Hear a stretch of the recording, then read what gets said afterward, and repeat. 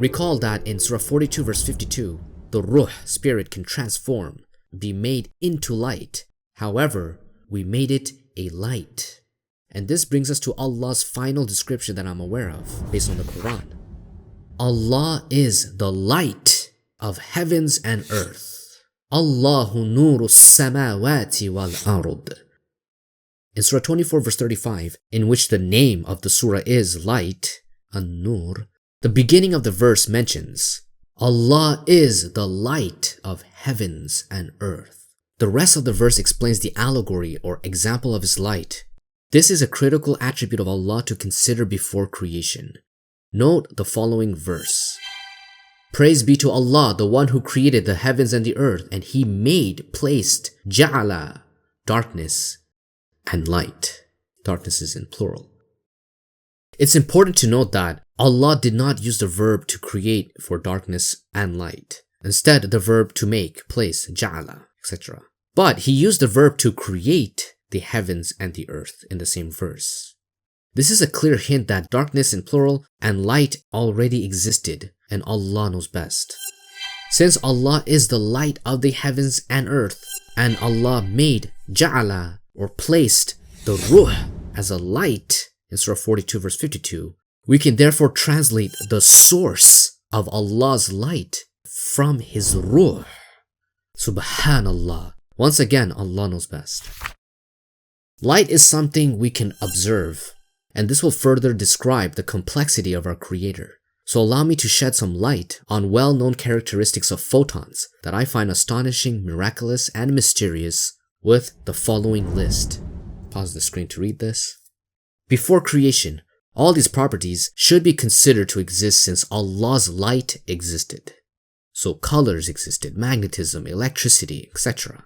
Besides all of these outstanding properties of light, which there are more, I want to draw your attention to the most mysterious nature of light. And this is where it gets a bit more complex and we'll see things no one understands, but we've learned to accept.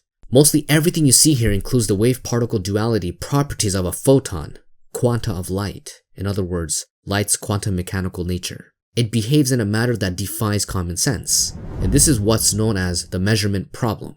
It's the problem of how or whether wave function collapse occurs. Because of the inability to observe such a collapse directly, this has given rise to some interpretations of quantum mechanics. One of the most famous experiments that demonstrates this spectacular behavior of light is called the double slit experiment. One of the main conclusions of the double slit experiment tells us that packets of photons are able to be at more than 2 places at the same time. This is called quantum superposition or superposition of state. No one actually understands how this phenomenon works. This means if you're not observing or measuring a photon or electrons, it can be anywhere simultaneously or in all possible states at the same time until it's measured. In other words, this is similar to how we say, Allah is everywhere at the same time. That's incredible. Note that this is something no one understands, but we've learned to accept. And for now, this is an undisputed characteristic of light.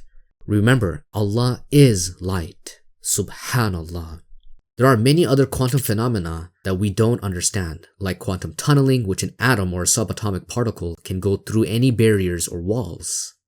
And just like superposition, we don't comprehend how this works, but we've learned to accept. Hence, Allah is able to do anything. That should be more than enough to convey a simple point. Light is miraculous, mysterious, and has qualities that we just don't understand or know about. And this is one of Allah's key attributes. All of these discoveries and attributes of light have mathematical formulas. Here are some examples. This means the notion of mathematics must have been there before creation too. And that definitely must be the case because Allah is Ahad, one. And Allah also uses another synonym to Ahad, and that is Wahid, one as a number, as He is one God. Ilahun Wahid. And Allah is the one, the conqueror. This is again another important attribute of Allah, an abstract and concrete characteristic, being the number 1. Allah is directly connected to mathematics because there are so many formulas that equal 1. 0 to the power of 0 equals 1 is one of my favorite ones because it narrows down to the fundamentals of mathematics which must obey this logic, or else the entire branch of mathematics breaks. 0 to the power of 0 equals 1 obeys the laws of exponents, or the laws of powers. Powers and exponents are other forms of multiplication, and multiplying is another form of addition, and their opposites are division and subtraction. As you can see, if this fails to hold true, pretty much the entire logic of arithmetic operations would fail to hold true. There's so much more to this, but what matters here is that Allah has the clear attribute of being the number 1. And that's not an abstract attribute, rather a concrete one, because He is the one God, and there wasn't someone equal to Him, and Allah knows best. On top of that unique trait, Allah has His own space-time, as said in Surah 32 verse 5 and Surah 22 verse 47. One day for Him is like 1,000 of our years. Time dilation is definitely real, especially of the fact that Allah is light. Thus, Allah is enormous, Al-Kabir, and tremendous, Al-Azim, and the Most High, Al-A'la, in order for one day to be 1,000 years for us. Subhanallah Rabbil Alameen. Alright, here's a quick recap of Allah's incredible description found in the Quran. He has a face, an eye, or 3 or more. He hears and He sees everything. He speaks, 2 hands or more, and a right hand specifically. A throne which He sits on, a ruh, a nafs, light. He knows everything. There's nothing like Him. He is one, like the number. One day of Allah is 1,000 years of ours. Clearly, Allah is unimaginable, unfathomable. He's so enormous that His space-time has a direct impact on our time. All of His descriptions are incomprehensible, that even the answer to the following question is unbelievable. Was Allah created?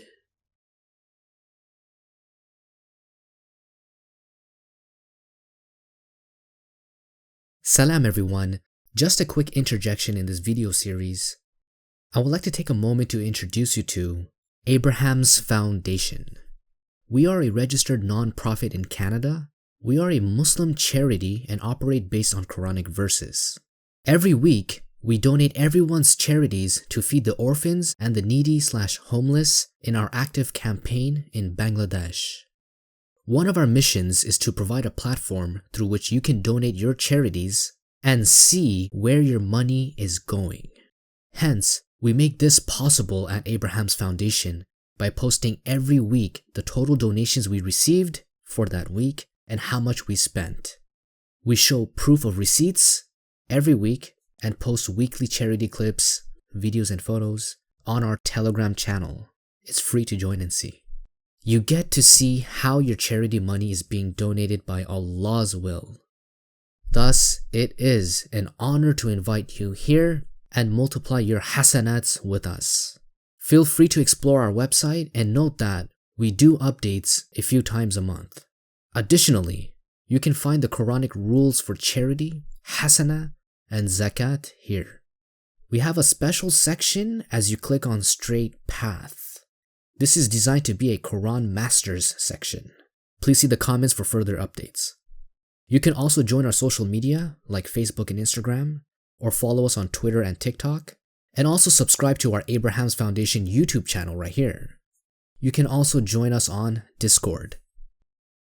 If you like what we're doing and have already donated, please write a review in our review section. Once again, see the description and comments for more info. Salam wa rahmatullahi alaykum. And they give food out of love for Him to the needy, the orphan, and the captive. We only feed you for Allah's face. We do not want from you any reward nor thanks, gratitude.